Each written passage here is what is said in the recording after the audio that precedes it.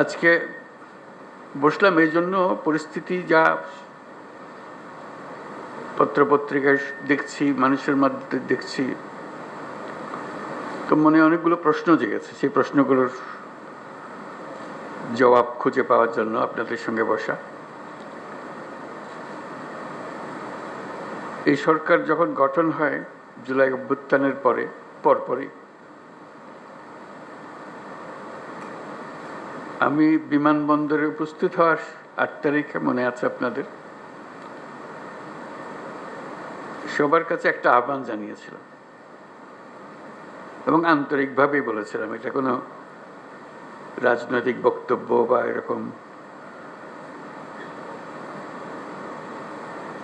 যারা শুনছে শ্রোতা তোষণ বক্তব্য ছিল না।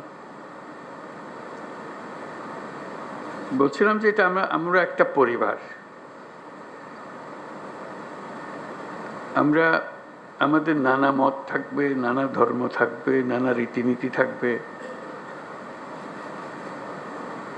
কিন্তু পরিবার এক। আমরা সবাই একই পরিবারের সদস্য, এটাতে জোর দিয়েছিলাম। আমাদের শত পার্থক্য সত্ত্বেও আমরা কারোর শত্রু নই, পরস্পরের শত্রু নই। আমরা এক জায়গাতে এক কাতারে ওইখানে চলে আসি যখন আমাদের জাতীয়তার প্রশ্ন আছে, আমাদের পরিচয়ের প্রশ্ন আছে। আমরা বাংলাদেশি, আমরা এক পরিবারের সদস্য। তারপরে যখন শপথ গ্রহণ করলাম তখন থেকেই শোনা আরম্ভ করলাম যে সংখ্যালঘুদের উপরে অত্যাচার হয়েছে। আমার মনটা খারাপ হয়ে গেল। একটু আগে বললাম আমি এই কথা, এখন বলেছি অত্যাচার হয়েছে। এর পরে আমি ঢাকেশ্বরী মন্দিরে গেলাম, আপনারা ছিলেন। সেখানেও একই কথা বললাম যে আমরা একই পরিবারের সদস্য, এবং বলছে যে আমরা অন্য সব দাবি দেওয়া বাদ দিলেও একটা দাবি আমাদের একদম পরিষ্কার, আমাদের সবার সমান অধিকার, বলার অধিকার, ধর্মের অধিকার, কাজকর্মের অধিকার, এবং সেটা আসছে আমাদের সংবিধান থেকে, নাগরিক হিসেবে আমাদের প্রাপ্য। এবং রাষ্ট্রের দায়িত্ব হলো এটা নিশ্চিত করা। এবং আমি আন্তরিকভাবেই বলার চেষ্টা করেছিলাম, যেহেতু রাষ্ট্রের দায়িত্ব এখন আমাদের হাতে, এটা আমাদের দায়িত্ব নিশ্চিত করা, দায়িত্ব যে সংবিধান নাগরিককে যে দায়িত্ব দিয়েছে সেই দায়িত্বগুলো তার কাছে পৌঁছে দেওয়া, নিশ্চিত করা। তারপরেও কথাটা উড়ে গেল না। শুনলাম এখনো সংখ্যালঘুদের উপরে হামলা হচ্ছে। আমি সবাইকে নিয়ে বসলাম, আলাপ করলাম এটা কিভাবে করা যায়, এটার থেকে উদ্ধার পাওয়া যায় কিভাবে। তখন দুর্গাপূজার সময় আসলো, তখন বললাম যে একটা সুযোগ, কারণ এখানে একটা বড় সমস্যা হইতে পারে, যেহেতু এটা পূজার ব্যাপার, আনন্দের ব্যাপার, উৎসবের ব্যাপার, এখানে হামলা হওয়ার সম্ভাবনা আছে। আমাদেরকে নিশ্চিত হতে হবে যে হিন্দু সম্প্রদায়ের উপরে কোনো রকমের হামলা যেন না হয়। আমি খুব খুশি হলাম, সবাই তা খুব সিরিয়াসলি নিল। আপনাদের মনে আছে, খুব উৎসব সহকারে সবাই দুর্গাপূজা করলো। কয়েক হাজার পূজা মণ্ডপ ছিল, সব জাতীয় খবর হলো সুন্দর হয়েছে। তাঁতিবাজারে একটা ঘটনা হয়েছিল, একটা ককটেল ফাটিয়েছিল একজন, ফাটায়নি, ককটেল মেরেছিল, এটি একমাত্র খবর ছিল।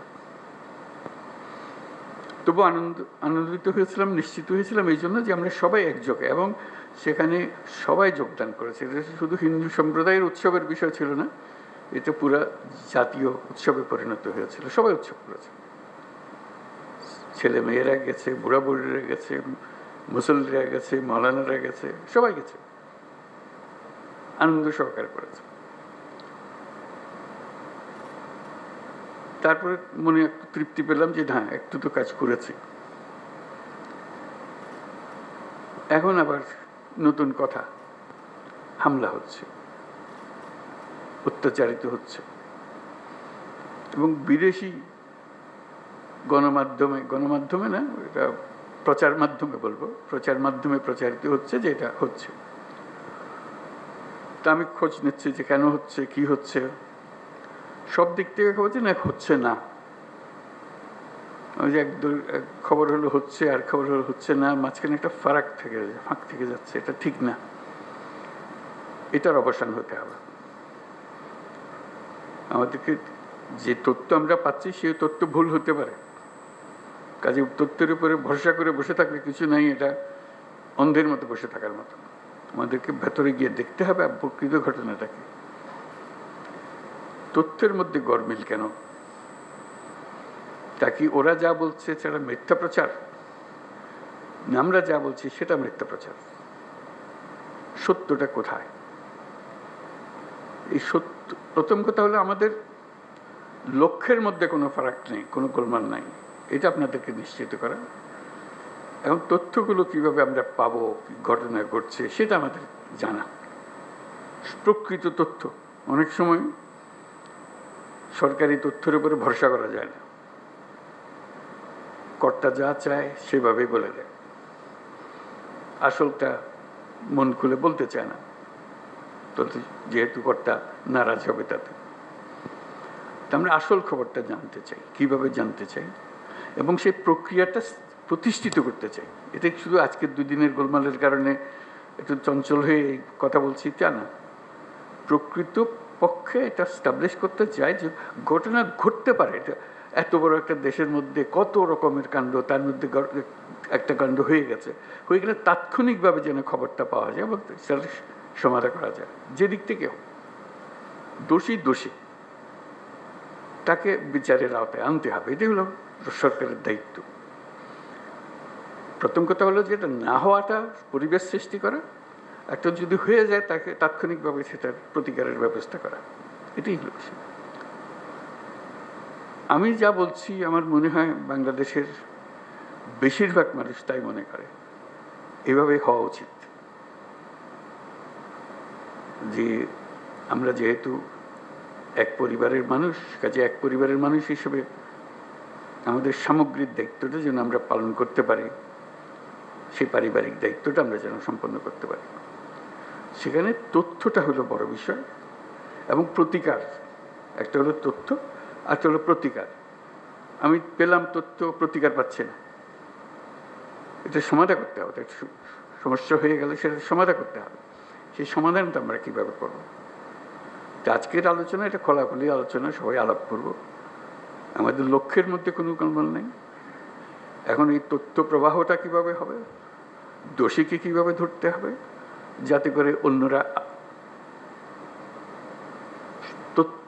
মেসেজটা পেয়ে যায় যে এখানে গোলমাল করে সুবিধা হবে না, বিপদে পড়বে। তার পরিবার জেনে যায়, তার প্রতিবেশী জেনে যায় যে সে ধরা পড়ছে, এবং ভবিষ্যতে কেউ উৎসাহিত না হবে।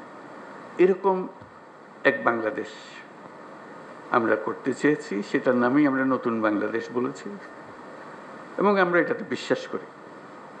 এটা শুধু কথা দিয়ে আপনাদেরকে সন্তুষ্ট করে আজকের মতো বিদায় নিলাম ওরকম না। এটা করতে হবে এবং দ্রুত করতে হবে। এটা ভবিষ্যতে একদিন হবে, এটা কথা বলে লাভ নেই। ভবিষ্যৎ তো আর আমরা কোন দিন দেখবো না, আমরা বর্তমানের মধ্যে আছি, বর্তমানেই করে যেতে হবে যা কিছু।